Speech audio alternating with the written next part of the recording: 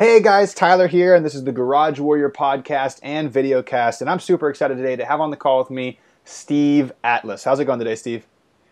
Doing real good. Thanks, Tyler. I really appreciate you taking the time out of your schedule to get on the call with us and talk a lot about exercise, fitness, nutrition. I'll make sure there's a picture above because, Steve, you're one of the most ripped guys I've ever seen, especially since you're doing a lot of functional stuff. I'm sure you get that a lot. But before we dig into kind of the way you train, the way you eat, and so on and so forth, can you give us kind of like a 50,000-mile view? Who is Steve Atlas, and what are you hoping to teach the world? Well, to be honest, I'm more or less an explorer. I don't consider myself, exceptional. I just consider myself somebody who loves to explore different physical mediums. Being driven, obviously, you generally are able to excel a little bit better than probably some people that don't have the focus.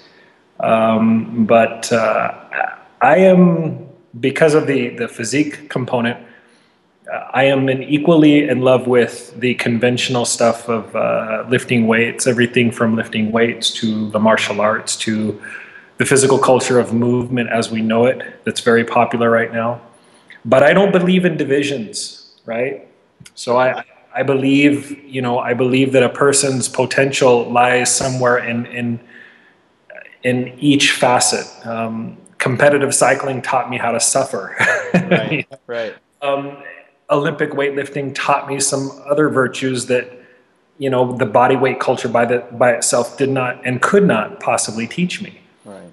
And so this is my stance. Is I consider the philosophy of what I'm trying to teach more of a new breed of athlete, which is the hybrid of many schools of thought coming together. Yeah, that's really awesome. One of the things that I'm interested in is, CrossFit is one of the most popular things in the world right now. Everybody's blowing up on CrossFit and so on and so forth. And it sounds like what you're describing to me is you want to be fit in lots of different areas, which is what CrossFit says. But it doesn't sound to me like you're maybe marrying those modalities in unproven ways, if you will. So maybe you can comment on that.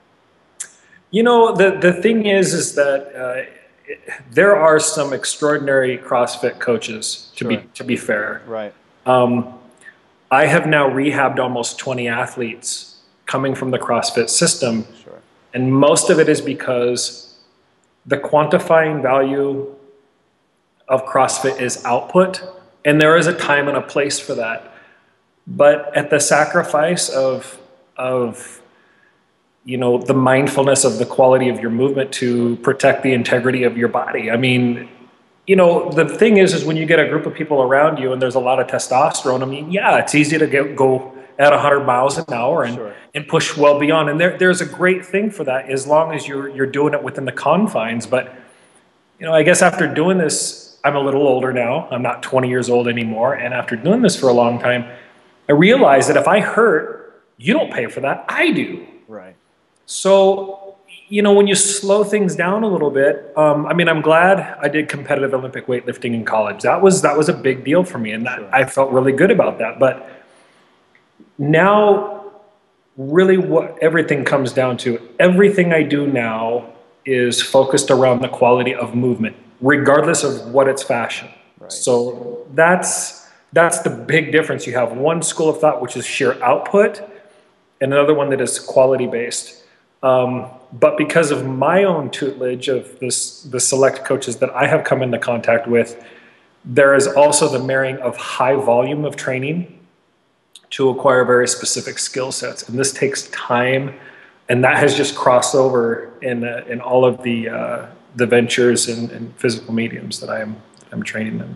Yeah, that's fantastic. It does seem like a lot more people these days are taking this more of a high volume approach, especially when they want to achieve something like rather exceptional. If you poke around YouTube on Steve Atlas, you'll see him doing things that most people will never be able to do unless they spend the time working on that stuff. Do you think that, what like a cross training, we won't pick on CrossFit, but the people who like to do short, intense workouts with a bunch of different stuff, do you think that there's just no way they can get to that high level of movement by trying to shortchange themselves in terms of the time they spend in the gym? Let's narrow that down to ham balancing.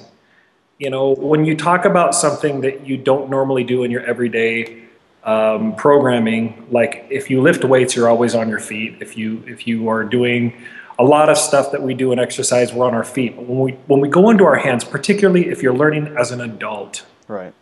and you are not a gymnast, learned as an adult, not a gymnast, Awesome. the learning curve is really steep.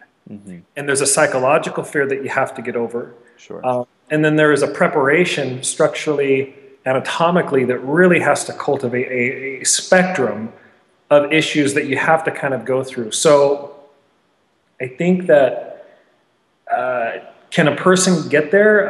Of course. Some people are extraordinarily talented. Yeah. But let's not take the extreme right, which are the extreme athlete, genetically talented, Right. or the extreme left, the people that are, you couldn't teach coordination if you threw all the books at them. They just, so let's eliminate that. Let's take the average. Right. You have to train to learn acquired skills. Sure. There's just no way. I work with a lot of high-end athletes who I consider extremely adept, that get things, but some of the things that I'm teaching them right now, it's humbling for them. And it's good because things that require time are worth admiration. If you are a talented athlete and you can do something extraordinary, that doesn't necessarily move me. What moves me is watching a talented athlete who has to fight and work hard on something that they can't already do or pick up right away. Sure. Because that shows me the tenacity. So I will always work with the athlete with 10% ability and 90% heart versus the reverse. Right. It's just me as a coach. Yeah, that's so interesting you mentioned that. I have a couple good friends that were friends back in high school. One of them was a state champion wrestler who never trained and was just so talented, ended up getting super injured and having to drop out of it all because he just didn't train his body for it. All the thing he did was wrestle, and that's great, but he probably should have done some strength and mobility work and so on and so forth to accommodate that. Another one is a good friend of mine who just has the genes like you wouldn't believe, right? Like, so I trained to be able to do a straddle press to a handstand for probably about 3 or 4 years before I got a shitty one, right? And he literally puts his hands on the ground and does a straight arm pike press to handstand his first time ever trying, and then falls over because he can't hold the handstand because he's never been in a handstand before. I mean, just a complete genetic freak, right? I'm just happy that you mentioned that there's different sides of the spectrum, and that some people just have a really easy time learning this movement-based stuff, and some people have a harder time learning this stuff. So that's a really good point to make. So let's talk about your actual training. So you do a very high volume. What are you focused on right now? My priority right now is my hand-to-hand work and the duo work that I work with the Atlas brothers, which includes Sam and myself. And we're on Facebook, and we're getting ready to launch our website. Oh, very cool. But so I have my obsessive part of me likes to do a lot of things. Sure. The unfortunate thing about learning hand-to-hand stuff, and I'm not talking about the simple adagio stuff, I'm talking about real hand-to-hand balance. It requires a substantial amount of time, strength, energy. Once, you know, when you don't have the technique or you didn't learn it because you weren't a kid when you learned this stuff, you have to put in a lot more time. So if I train with excessive amounts of hand balancing, and then I try to do my hand-to-hand stuff with Sam, I'm not going to have a good workout. It's not going to be productive. And so we actually have learned through trial and error, we have to prioritize the hand-to-hand duo stuff. And then I get to try and practice and go back and work on some of my more basic handstand work. And right now, you know, outside of the hand-to-hand stuff, it's, you know, getting my one-arm handstand back consistently, revisiting my air baby and my hollow back technique, and some of the one-arm Kata and the circles, and then, but bigger than that, like the mobility stuff is a lot of fun to me. And what I enjoy the most, I enjoy being the structure and the size that I am, but to move without sound, to move with grace and elegance, with power where it is married with balance. I love to destroy stereotypes because that is the number one excuse, and I am guilty of that. Sure, I was one of those people until I met IDO Portal. And, you know, that was, I consider myself and the few handful of people years ago that first generation athlete that he really started to cultivate people with.